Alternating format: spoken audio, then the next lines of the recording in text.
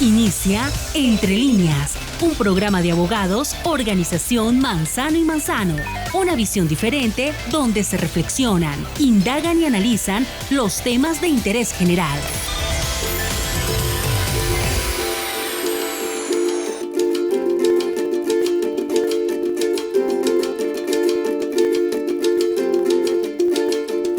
Hoy me levanté en otro lugar.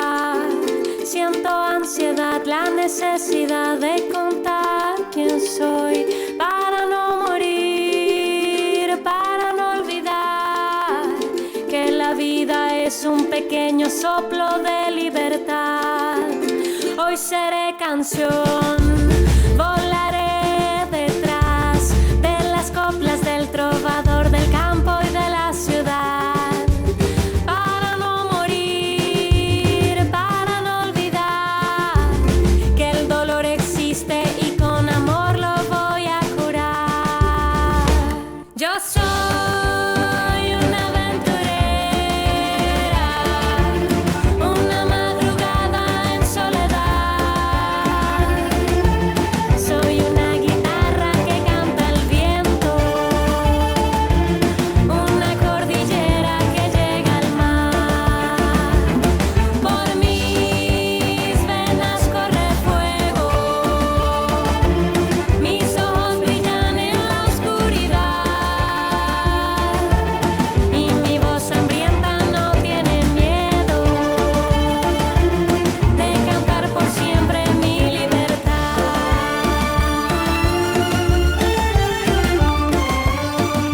Buenos días a toda nuestra audiencia que nos sintonizan a nivel nacional e internacional con su emisora La Voz de Bogotá por la cadena básica de Todelar.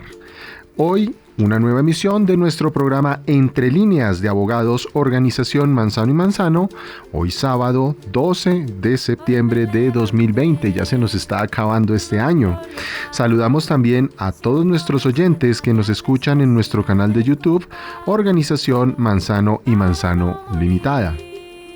Marco, muy buenos días. Muy buenos días, Sergio, muy buenos días, Germán. Y muy buenos días a todos los que nos están escuchando en este momento por La Voz de Bogotá.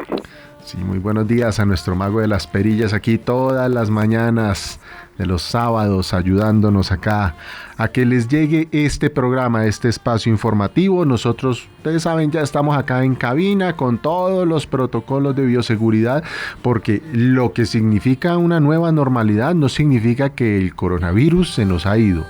Ya nos dijeron que tenemos que estar viviendo con el coronavirus. Ya tenemos que vivir con eso, pero pues bueno, aquí vamos a seguir haciendo nuestra labor.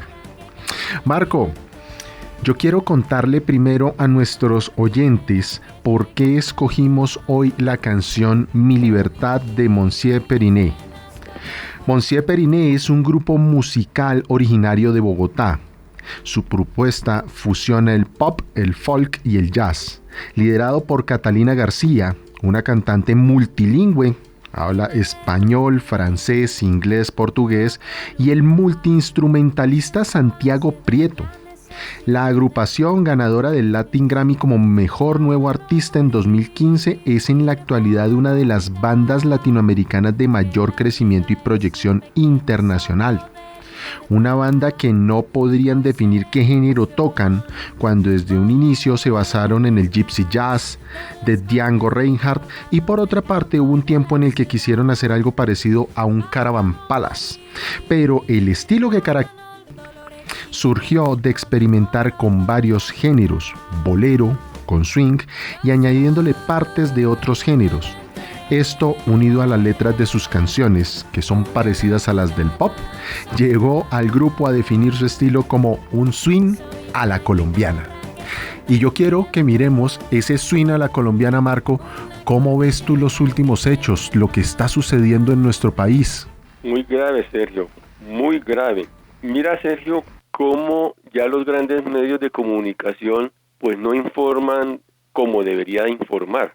Si tú observas, cuando comenzó el problema de estos hechos tan lamentables que se dieron con la muerte de Javier Ordóñez, al comienzo estaban desinformando, pero les tocó rectificar porque justamente las redes sociales comenzaron a circular los videos que venían tomando directamente quienes estaban implicados en esos hechos.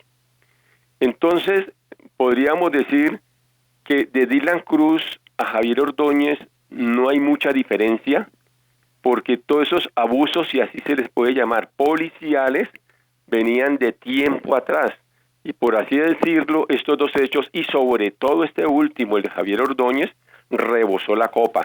Entonces ya no estamos hablando de abusos policiales, sino que estamos hablando es de homicidios, y pueden ser homicidios desde el punto de vista del derecho que son dolosos, porque se ve la intención de querer masacrar y querer matar, en este caso a Javier Ordóñez, por los videos, como digo, que se vieron en el momento en que la policía comenzó a agredirlo, y luego en el CAI, cómo lo cogieron a golpes, justamente por los videos que también circularon de lo que estaba sucediendo al interior de ese CAI.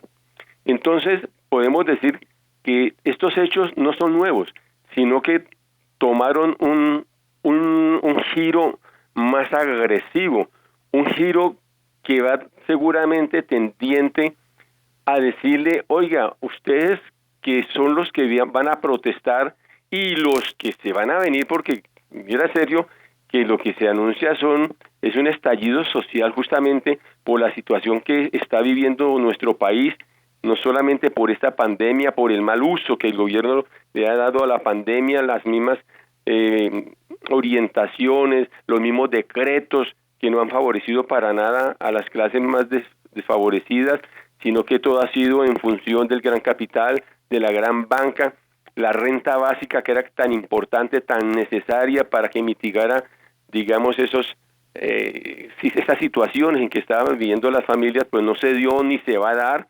Ya sabemos qué está pasando en el Congreso de la República. Entonces, para finalizar en este punto de los medios de comunicación versus redes sociales, creemos de que hay que seguir insistiendo en que las redes sociales son un medio para que se informe la ciudadanía, para que se informe el pueblo, porque no podemos esperar mucho de los grandes medios de comunicación. Y por eso es que el gobierno ha hecho un ataque y lo seguirá haciendo a las redes sociales, a señalar de que ellas son las que están incitando a estas manifestaciones de protesta violenta, lo cual no es cierto, porque se está informando de lo que está sucediendo, lo que está pasando al instante. Y por ello, entonces, el gobierno no puede justificar que son las redes sociales, de que todo lo que viene sucediendo es un complot internacional, entonces que también hay unos líderes de la oposición que son los que están incitando a esa violencia, inclusive señalando ahora que el mismo expresidente de la República, Santos, es uno de los que está instigando, la misma Claudia López, que no está haciendo lo necesario, cuando ya la misma alcaldesa señaló que la policía no le está haciendo caso. Sencillamente se hace la pregunta a la misma alcaldesa y también nos la hacemos nosotros, entonces la policía, ¿quién le está haciendo caso? ¿Quién está orientando a la policía a que de esa manera violenta repriman las movilizaciones y ese estallido social que se avecina?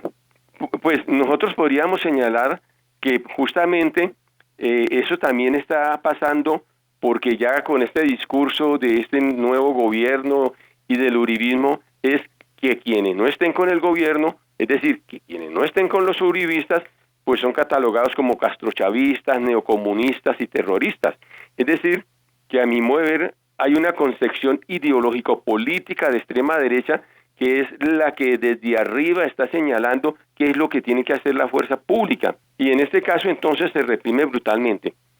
Hay que mirar, por ejemplo, el tweet o Twitter que está haciendo el presidente Álvaro Uribe, que justamente ayer también salió uno señalando de que lo que tiene que salir a controlar es las Fuerzas Armadas en las calles, que hay que sacar los vehículos y tanquetas, que hay que deportar a los extranjeros vándalos y que hay que capturar a los autores intelectuales.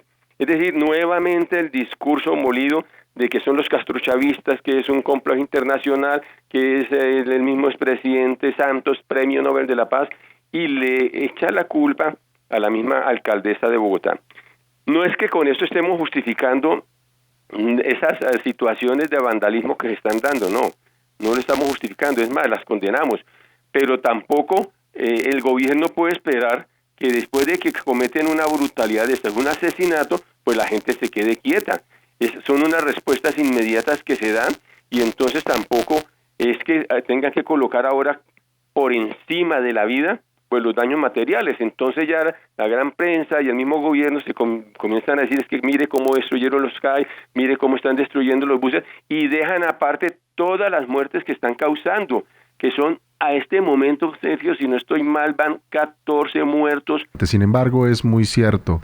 Lamentablemente, en estos momentos, pues condenamos lo que está sucediendo en el país. No estamos de acuerdo con que se salga a vandalizar sin ningún sentido. Sin embargo, también es cierto que en estos momentos la población ya está agotada, porque esto ha sido una estrategia sistemática por parte de las autoridades de policía, en especial de la Policía Nacional, tanto así que la alcaldesa pues salió ayer a decir que entregó al presidente de la República y al ministro de Defensa un video de 1.5 horas sobre los desmanes y uso de armas letales de la Policía Nacional. Así que no esperen que la población no reaccione, pero volvemos y decimos, estamos en contra de la violencia frente a eso. Doctor Marcos, 7:12 de la mañana. Para concluir este pedazo.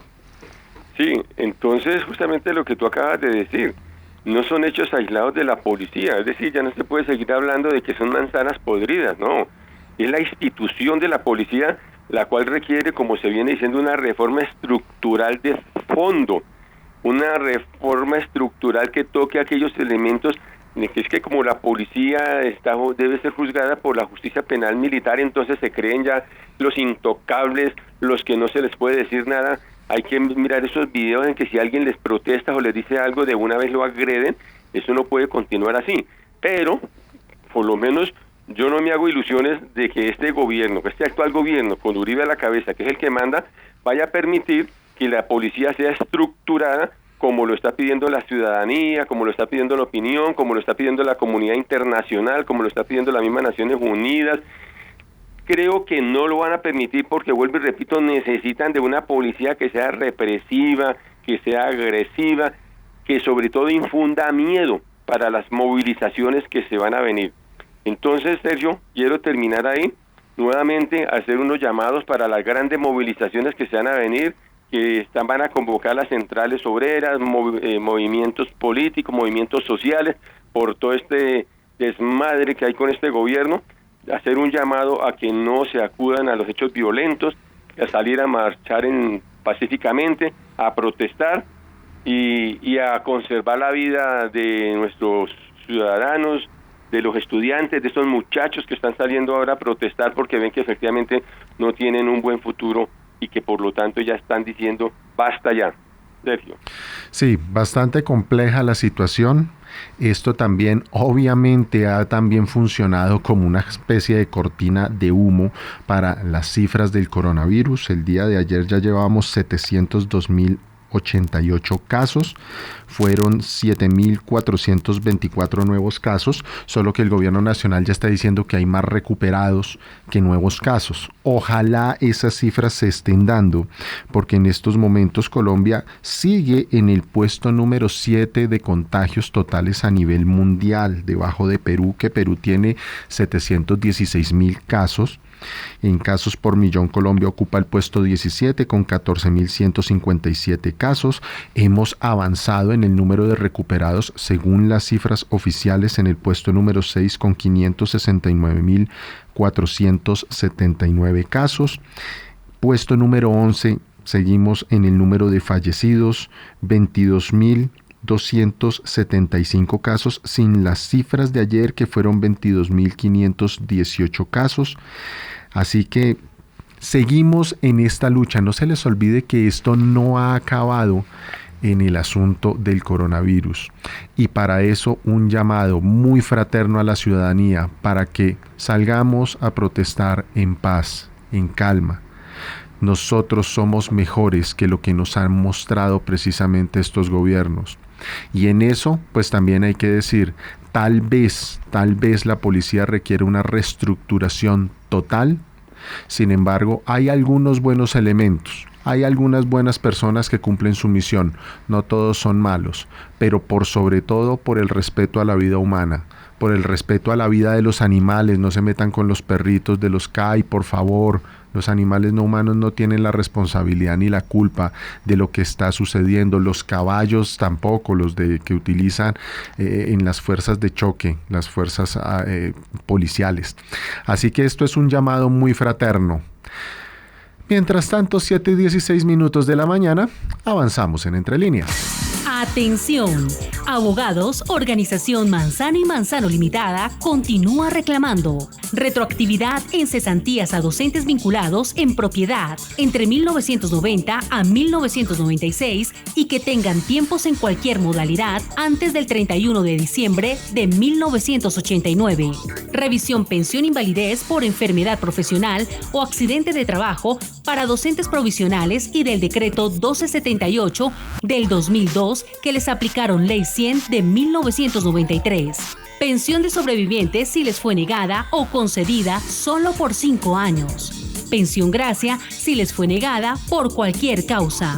Compatibilidad entre pensión de jubilación del sector público y pensión de vejez del sector privado. Revisión pensión jubilación o invalidez. Consúltenos sin ningún costo. Calle 19, número 310. Oficina 401. Teléfono 342-3150. 342-3150, Bogotá. Acontecer político. Bien, 7:17 de la mañana. Ahora se encuentra con nosotros en línea telefónica. Tenemos el placer de tener un amigo también acá de esta casa de Organización Manzano y Manzano, un amigo de los educadores, que es el doctor Jorge Eliezer Guevara, senador de la República por el partido Alianza Verde, además senador de los educadores oficiales. Doctor Jorge Eliezer, muy buenos días. Muy buenos días, Sergio. Un saludo a su familia y por supuesto a toda la audiencia de Entre Líneas. Bueno, doctor Jorge Eliezer Guevara, senador, bastante agitada esta semana, muchas cosas para contarle a la comunidad educativa, a los docentes, a los directivos docentes. Así que los micrófonos son suyos. Bueno, Sergio, muchas gracias. Sí, yo creo que hay un hecho que preocupa al país y es la actitud de un amplio sector de la policía, ¿sí? Aquí no estamos cuestionando como tal la institucionalidad, sino un amplio sector de la policía que se ha ganado el repudio de los colombianos, ¿sí? Por supuesto que lo que generó todas las manifestaciones de inconformismo fue el asesinato del ciudadano Ordóñez, y que de manera, diría yo, infame, porque él está pidiendo clemencia, está diciendo por favor, no más, y la gente le está diciendo, y los agentes de policía siguen electrocutando prácticamente. Y bueno, pero hay un reclamo general, es que ahora que estamos en este debate, la gente ha empezado a mostrar la serie de videos. Y yo le decía en un debate, en una opinión en la plenaria del Senado, que hasta un meme muy importante, muy bueno recordarlo, refrescarlo, es que hay dice la vacuna rusa y una rusa con la vacuna gringa y la vacuna colombiana y unos agentes del tránsito parando unas motos.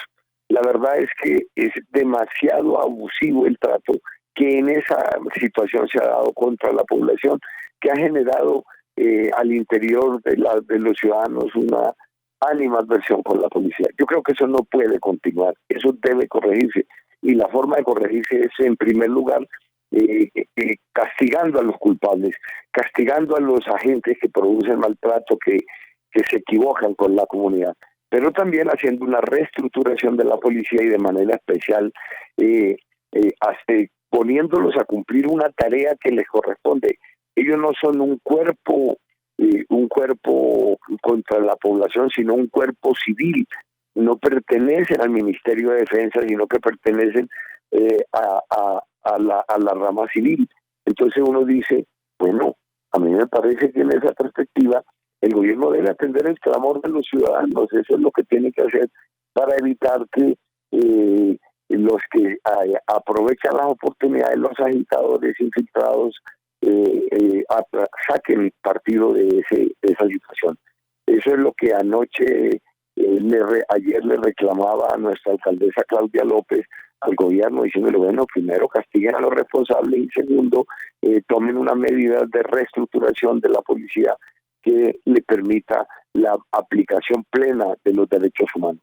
Esa es una situación muy interesante que se ha vivido en el país, muy triste y dolorosa por las muertes del ciudadano y de los ciudadanos que acontecieron en las protestas, pero yo sí creo que tenemos que sacar algo muy positivo, y es que necesitamos una policía civil, necesitamos una policía integrada con los ciudadanos, necesitamos una policía que no abuse de su condición y que se granjee la amistad del pueblo colombiano.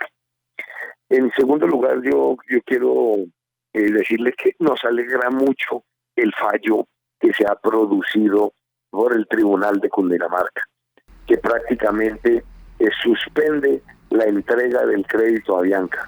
Es una actitud inentendible del gobierno. ¿Cómo es posible que el gobierno le entregue 1.380 mil millones de pesos a una empresa, sí, que a la luz de todo el mundo lo que dice es no tiene con qué responder, pero además le entregan a Avianca una montonera de plata y dejan por fuera aires a las aerovías regionales y nacionales que son de verdad nacionales.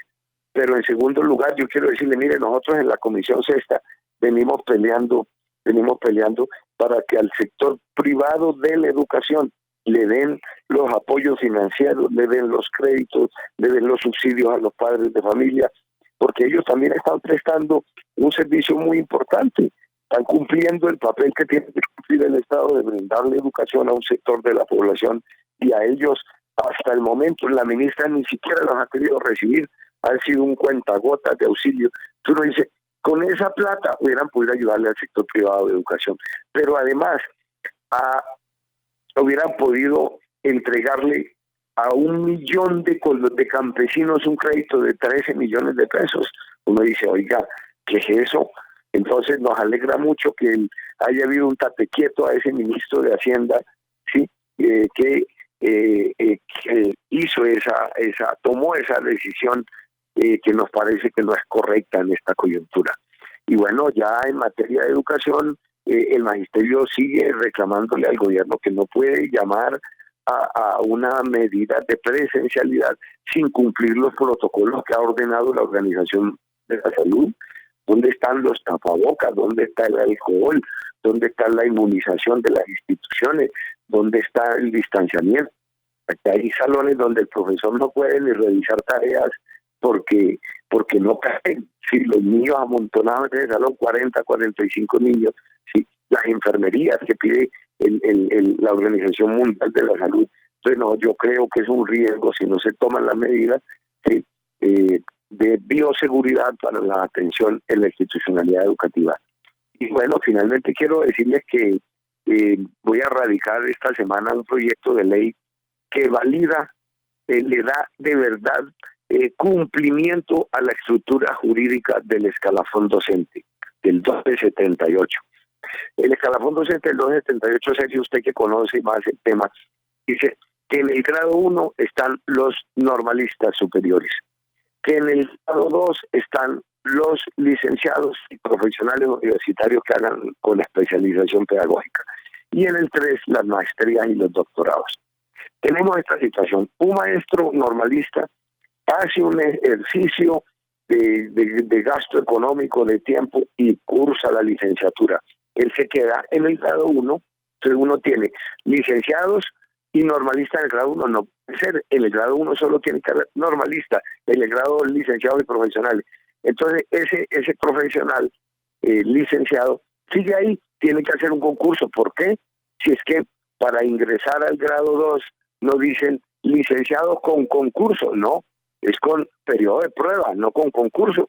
Entonces estamos eliminando el concurso para pasar del grado 1 al grado 2, del grado 2 al grado 3, cuando se cumplen los requisitos de la estructura jurídica del escalafón.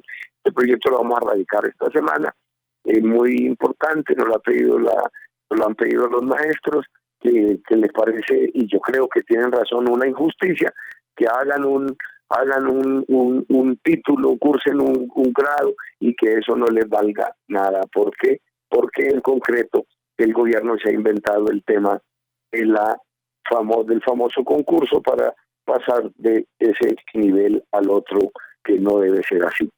Y bueno, para decirle a los maestros, aquí estábamos defendiendo la educación pública, trabajando por los derechos de la gente, seguimos reclamándole al gobierno, y con eso termino, la renta básica. Todos los países del mundo han ayudado de manera amplia y suficiente a su población. Hasta el Fondo Monetario, Sergio, la señora directora del Fondo Monetario le ha dicho a los países: endeúdense, no hay problema, el crédito está barato, pero además no dejen morir a su población de hambre y no dejen quebrar sus industrias, no dejen quebrar su economía. Pero nosotros estamos diciendo, el gobierno debería darle una renta básica, 3 meses, 3 salarios mínimos, un salario mínimo por mes a 9 millones de colombianos, que son 34 millones de colombianos, 9 millones de familias, que son 34 millones de colombianos, y eso implica en concreto que la gente tiene con qué comprar, tiene con qué pagar los servicios mínimos, ¿sí? Pero nos parece que el gobierno no lo quiere, así la gente no tiene que salir a exponerse en este término, cuando la pandemia todavía está ahí vigente, ¿sí? Y yo creo que seguimos en la tarea de reclamarle un grupo de 54 senadores la renta básica al gobierno nacional. Ya radicamos el proyecto de ley, pero como el gobierno tiene mayoría en las comisiones económicas, no lo deja avanzar. Y bueno, yo sigo reclamando que hoy necesitamos acompañar el proceso educativo de manera especial, brindando el derecho a la educación a los niños y a los jóvenes con el Internet mínimo vital, el vital mínimo de Internet gratuito que le permita acceder al derecho a la educación, que es, por supuesto, muy importante en esta coyuntura, así como estamos reclamando el mínimo vital de agua que tenemos ya en Bogotá y que nos parece que todo el país lo debe tener por la vida y por los derechos de la gente. Qué importante, senador Guevara, tener un educador defendiendo la educación en el Senado de la República, que usted sabe bien que hemos sido unos defensores de eso, lo hemos acompañado precisamente para que los docentes, los directivos docentes entiendan eso. Me acuerdo cuando lamentablemente nos los dejaron quemar, y pues obviamente ahí están las consecuencias en que los docentes del 1278 no hayan tenido ese proyecto de ley que usted ya había adelantado. ¿Se acuerda de cómo fue esa historia?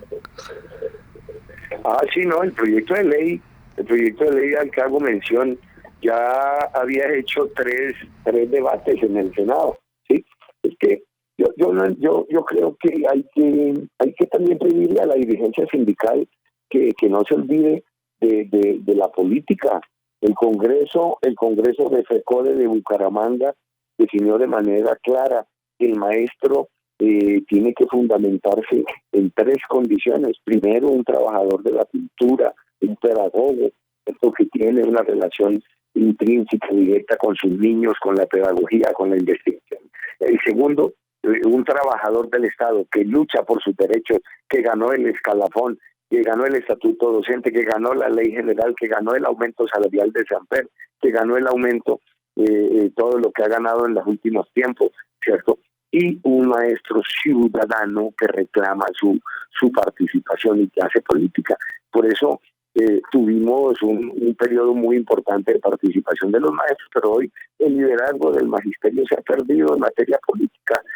Solo gremio, sí, gremio y cooperativas. Claro, chévere ser de las cooperativas, muy bueno, pero hay que estar en la acción política. Entonces ya habíamos logrado con ese paquete de senadores que teníamos en ese tiempo, 5 senadores, estaba Jaime Luzán, el senador Avellaneda, Gloria Ramírez, Jorge Guevara, Robledo, que es un senador que de una u otra manera tiene un importante reconocimiento en el sector educativo, sí, que Rodrigo Romero, compañero maestro de Santander, que terminó también en el Senado de la República, Luis Alberto Gil. Bueno, después Gil tuvo muchas dificultades jurídicas y bueno, pero pero hizo un papel muy importante, y con esa tarea hayamos ganado ya tener en concreto en tercer debate ese derecho de los maestros. Pero bueno, los maestros no votaron, a pesar de que yo, Sergio, hice un debate de control político sucesivo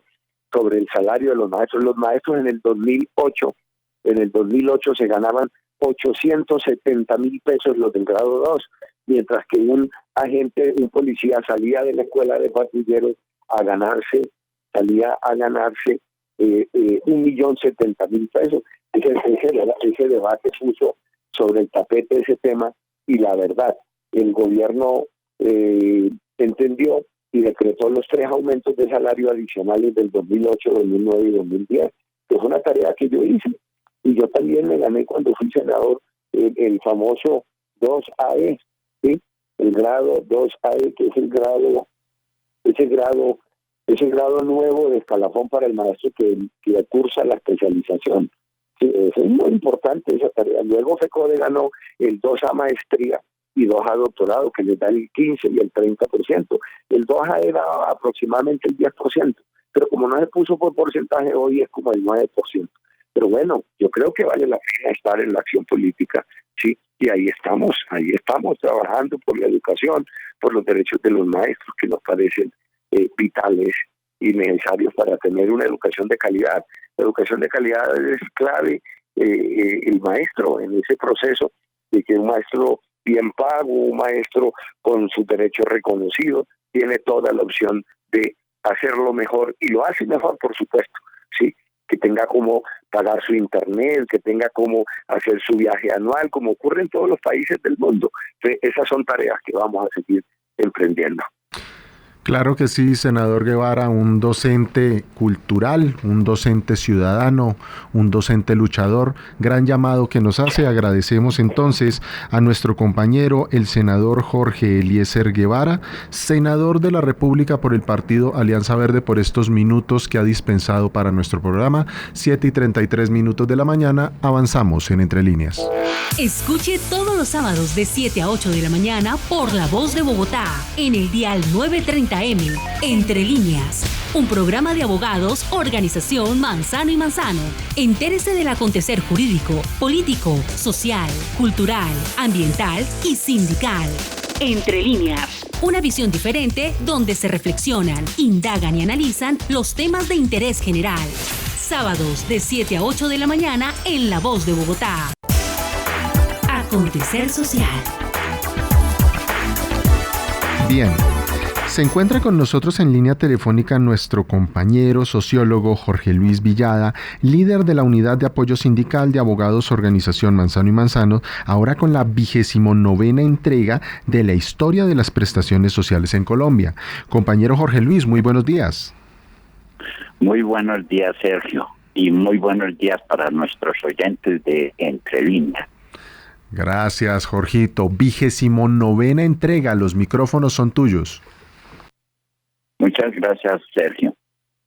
Miren, yo quisiera profundizar un poco más sobre el proyecto de ley 1174, pero yo pienso que es necesario como plantearle a nuestros oyentes los antecedentes de ese proyecto, porque se cree que es una fórmula que salió de este tiempo de la pandemia y que está, digamos, inscrito dentro de los decretos de emergencia económica y social que el decreto podía expedir de manera omnímoda, sin consultar con el Congreso de la República. Yo pienso que es necesario como retrotraernos un poco para entender muy bien, digamos, cuáles son las bases de este decreto. Y además, tener claro, digamos, cuáles son los puntos que hay que atacar en las demandas que es necesario hacer sobre el decreto. Miren, desde el año 2018 ya la Cámara de Representantes se había ocupado de discutir el proceso de lo que se llama ahora el piso de protección social mínimo. Fue un proyecto de ley que se discutió en la Cámara durante el 2018 y que hacia finales de ese año pasó a consulta ya del Senado de la República. bajo el número de proyecto de ley número 193 del 2018. No es una coincidencia que en el plan de desarrollo se haya aprobado precisamente como el artículo 193, porque es que prácticamente ya estaba elaborado, ya había sido discutido en la Cámara. Y ese artículo, el 193, es el que crea el piso de protección social mínimo. Pero eso está en principio configurado para el trabajo del campo, para la población rural en Colombia.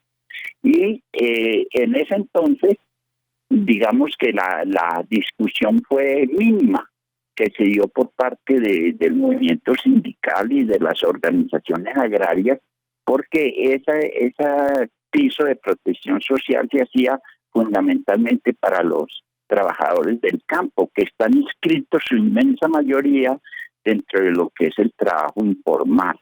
Expliquemos bien eso, porque eso es clave. En el campo hay 3.500.000 personas que trabajan. De esas 3.500.000 no alcanzan a estar 500.000 personas que están ligados a las agroindustrias del campo, es decir, por ejemplo, la palma africana, la caña de azúcar, las plantaciones de banano, que son fuertes en Colombia y que están representadas fundamentalmente, sindicalmente, están representadas por la CUT a través de un sindicato que se llama Sintrainagro. Este sindicato, en principio, agrupa a los trabajadores bananeros y luego sumó trabajadores de la palma africana, y en los últimos años ha venido agrupando a los trabajadores de la caña de azúcar. Esos trabajadores estaban ligados al campo a través de cooperativas de trabajo asociado, en donde los trabajadores se tenían que agrupar y cubrir ellos mismos sus prestaciones sociales y sobre todo lo que tenía que ver con la seguridad social. Entonces, cuando viene después de Uribe, que viene el gobierno de Santos, el doctor Pardo, que es el primer ministro de Trabajo que se nombra después de la administración de Uribe Vélez, expide una ley sobre la formalización, es decir, se prohíben ese tipo de trabajo a través de las cooperativas de trabajo social y se obliga a los empresarios bajo multa a que vinculen directamente a estos trabajadores. Pero en ese momento, entonces se les ocurre a los representantes a la Cámara y a muchos senadores que es necesario entonces expedir una ley que formalice lo informal, no lo contrario, es decir, llevar lo que es el trabajo informal, que es donde están vinculados la inmensa mayoría de los trabajadores del campo, hacia la formalidad. Por ejemplo, que se pague el salario mínimo que ordena la ley, que se les permita tener las prestaciones sociales que ordena la ley, sino que lo que se busca con este proyecto de ley es formalizar lo informal, es decir, darle piso legal a todo lo que es el trabajo informal, sobre todo en el sector agropecuario.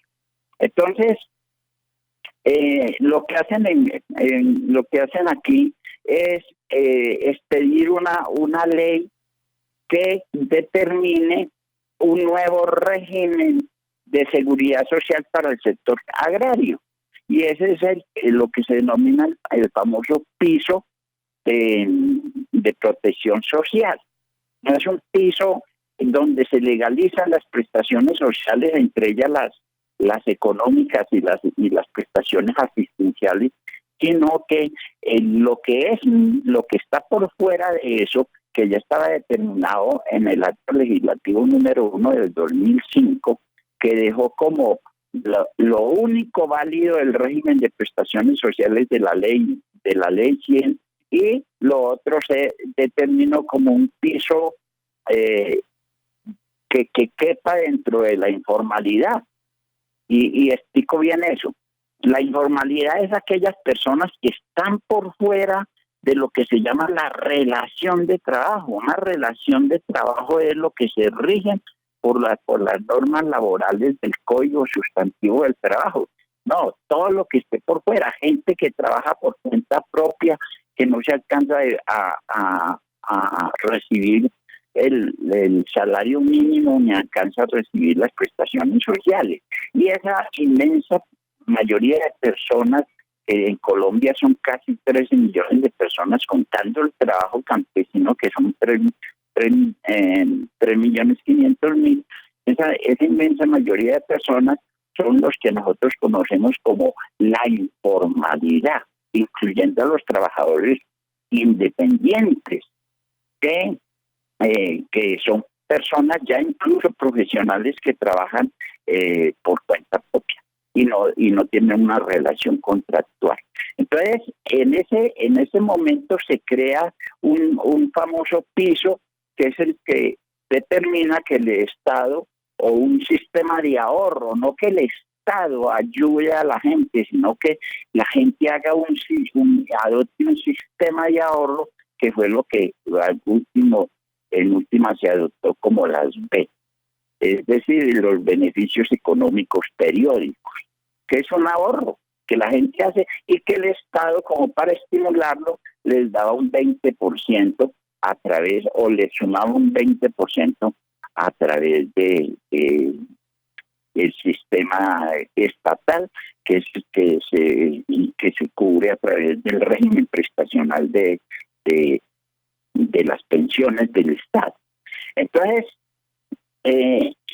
ese régimen que se quiso adoptar en principio para los campesinos, entonces, con este proyecto de ley o del decreto 1174, lo que hace es generalizarse para toda la población informal que no alcanza a devengar un salario mínimo.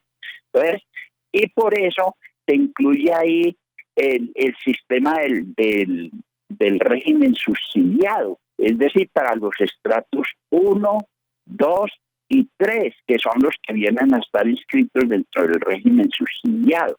O sea que esos, los de régimen subsidiado, más las personas que alcancen a ahorrar un 14% de lo poco que reciban como salario por fuera del mínimo, entonces eso sumaría un 14% más un 1% que tendrían que sumar para un seguro que proteja lo que tiene que ver con los riesgos laborales. Entonces, eso se determina como un nuevo régimen de seguridad social, por eso se le llama el piso mínimo. Se crea alternativo o suplementario a lo que es el régimen de seguridad social, que es para todas aquellas personas que tienen una vinculación laboral, un contrato de trabajo donde ganan el mínimo como digamos la base, el piso de lo que serían las prestaciones sociales y sobre todo de lo que tiene que ver con las pensiones de vejez, que es la base para el reconocimiento a través del Estado de las pensiones de vejez y lo que podrían ahorrar en los ahorros privados. Entonces, esas personas que estén por fuera de eso, entonces se les mete este otro régimen de seguridad social o de protección social, como se llama, que podría ser entonces un ahorro que a partir de los años de cumplir 62 años de edad podrían entonces reclamar ese ahorro como una entrega de la suma total de lo ahorrado o a través de una pensión mínima que se pagaría bimensualmente, que sería en proporción a lo ahorrado. Con eso no vive nadie, pero como han venido acostumbrando a la gente que reciben a la indigencia, que recibe un auxilio del Estado a través de lo que se le entrega a los ancianos y lo que se le entrega a la población indigente, entonces que ya están acá, se han venido acostumbrando que les entregan 160,000 pesos mensuales. En este caso se les entregaría eso en cuotas bimensuales a los viejos que alcanzan a ahorrar hasta la edad de 62 años lo que alcancen a ahorrar y se les entregaría entonces como un ahorro. No es una pensión, es un ahorro, es la devolución de los ahorros durante toda su vida.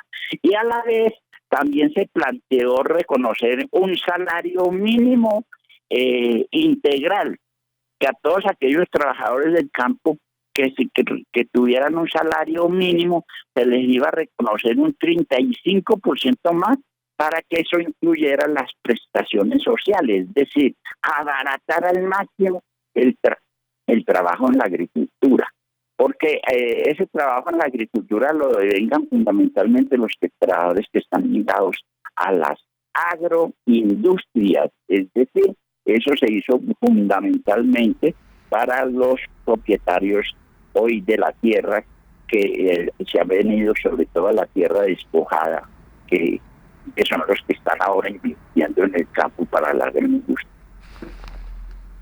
Bien, agradecemos entonces a nuestro compañero Jorge Villada, líder de la Unidad de Apoyo Sindical de Organización Manzano y Manzano. 7:46 de la mañana, avanzamos en Entre Líneas. Escuche todos los sábados de 7 a 8 de la mañana por La Voz de Bogotá, en el dial 930M, Entre Líneas, un programa de abogados, Organización Manzano y Manzano. Entérese del acontecer jurídico, político, social, cultural, ambiental y sindical. Entre Líneas, una visión diferente donde se reflexionan, indagan y analizan los temas de interés general. Sábados de 7 a 8 de la mañana en La Voz de Bogotá. Entre Líneas. Acontecer jurídico. Bueno, 7:47 de la mañana, ya se nos fue esta mañana. Ahora en nuestro acontecer jurídico, Marco, vamos a hablar si alcanzamos de dos temas. El primero de ellos yo lo quiero proponer, que es el estado de las reclamaciones por sanción moratoria por el pago tardío de las cesantías ante la propuesta de transacción que nos solicitó el gobierno a través del Ministerio de Educación Nacional y las gestiones que ha adelantado Organización Manzano y Manzano. Entonces, esto obviamente para nuestros clientes, porque como han salido tantos pagos en las nóminas, entonces nos dicen, bueno, ¿y ustedes qué han hecho? ¿Y ustedes qué han adelantado? ¿Y por qué a unos sí y por qué a otros no? Entonces, para que lo sepan, compañeras y compañeros, los clientes de Organización Manzano y Manzano que solamente tienen fallos judiciales, solo los que tienen fallos judiciales, tanto en sanción moratoria como en retroactividad de cesantías, nosotros hicimos 3 solicitudes. Acuérdense que nosotros les enviamos a ustedes una comunicación, nos comunicamos a veces inclusive por WhatsApp, correos electrónicos, llamadas directamente desde nuestras oficinas con ustedes, solicitándoles precisamente que autorizaran a la organización a que se nos permitiera allegar conforme al parágrafo transitorio del artículo 57 del Plan Nacional de Desarrollo, de esa ley 1955, del decreto 2020 del 6 de noviembre del 2019 y de los comunicados que emitió el FOMAG, la propuesta de transacción, que era pagar el 100% del capital y si el fallo había sido antes del 31 de diciembre del 2018, el 85% de los intereses moratorios derivados del cumplimiento de fallo judicial y si era anterior a 31 de diciembre del 2019, el 60%. Entonces, en eso ustedes nos dieron esa autorización. Se hicieron 3 solicitudes allegando esas documentaciones, 2 de junio, o quedaron radicadas más bien porque como era por vía internet, vía correo electrónico, quedaron del 2 de junio, del 23 de junio y del 17 de julio. Esas fueron las 3 solicitudes, cada una con sus radicados. ¿Qué se adelantó? El 21 de julio se tuvo una mesa de trabajo por la plataforma Teams con el representante o el coordinador del Ministerio de Educación Nacional para esta gestión, que es el doctor Diego Andrés Pérez Candela, y con la doctora Sandra del Castillo Abella. Ese día 21 de julio se hicieron unos compromisos, dentro de los cuales Fiduciaria La Previsora iba a enviar las liquidaciones. conforme toda la documentación que ya había enviado Organización Manzano y Manzano en las solicitudes, que fueron las solicitudes de cumplimiento de fallo debidamente escaneadas, con todos los documentos adjuntos. Fiduciaria La Previsora nos envió 4 correos con liquidaciones, el 21 de julio, el 27 de julio, el 31 de julio y el 5 de agosto. Nos enviaron 5 correos electrónicos donde nos dicen, mire, hemos avanzado estas liquidaciones, ¿cuáles son las observaciones que ustedes tienen a esas liquidaciones? El equipo de Organización Manzano y Manzano respondió 4 correos electrónicos donde toda la oficina estuvo trabajando al frente de esas liquidaciones caso por caso. O sea, esto no era coger y solamente decir ok, está bien, sino coger caso por caso la fecha de ejecutoria del fallo judicial, si está bien el salario que se está tomando, si condenaron a la indexación, si solamente fueron intereses corrientes, desde cuándo, etcétera, etcétera. O sea, esto fue un trabajo arduo que se realizó y se le respondió a la entidad en correos del 26 de julio, del 30 de julio, del 31 de julio y del 9 de agosto. Yo personalmente recibí la última comunicación por parte del Ministerio de Educación Nacional el miércoles 12 de agosto. A las 6:45 de la tarde me llamaron telefónicamente para decirme que ya se había adelantado el 80% de ese trabajo, porque una vez Fiduciaria La Previsora viera que las observaciones estaban al lugar, enviaba eso a Ministerio de Educación Nacional, y Ministerio de Educación Nacional, después de una pequeña revisión, elabora el acta de transacción y la envía para que la firme. Eso me lo dijeron el 12 de agosto y me dijeron que a más tardar el viernes 14 de agosto o máximo el lunes 17 de agosto se estaría enviando el acta de transacción correspondiente para la inclusión ya de los pagos en el mes de agosto. Pero tengo que decirles algo, a partir de esa última llamada se cortó cualquier canal de comunicación con Fiduciaria La Previsora y con el Ministerio de Educación, a pesar que salieron 3 nóminas adicionales, la del 18 de agosto, la del 24 de agosto y la del 31 de agosto. Y no solamente con Organización Manzano y Manzano hemos hecho las pesquisas con todos los demás abogados y siguen solamente pagando a las 2 oficinas de abogados que nosotros ya hemos hablado acá y que no vamos a agotarlos. Eso significa que nosotros no hemos recibido ninguna otra comunicación. Por ende, el día 8 de septiembre le envié comunicación escrita al doctor Diego Andrés Pérez Candela, coordinador de la Oficina Asesora Jurídica del Ministerio de Educación Nacional, y a la doctora Sandra del Castillo Abella como directora de prestaciones económicas de Fiduciaria La Previsora para que respondieran de fondo la solicitud de transacción de los procesos, y frente a ello es porque los docentes están esperando esas inclusiones en nómina y están saliendo, pero no salen las de ellos, teniendo igual o mejor derecho de algunas que ya están saliendo.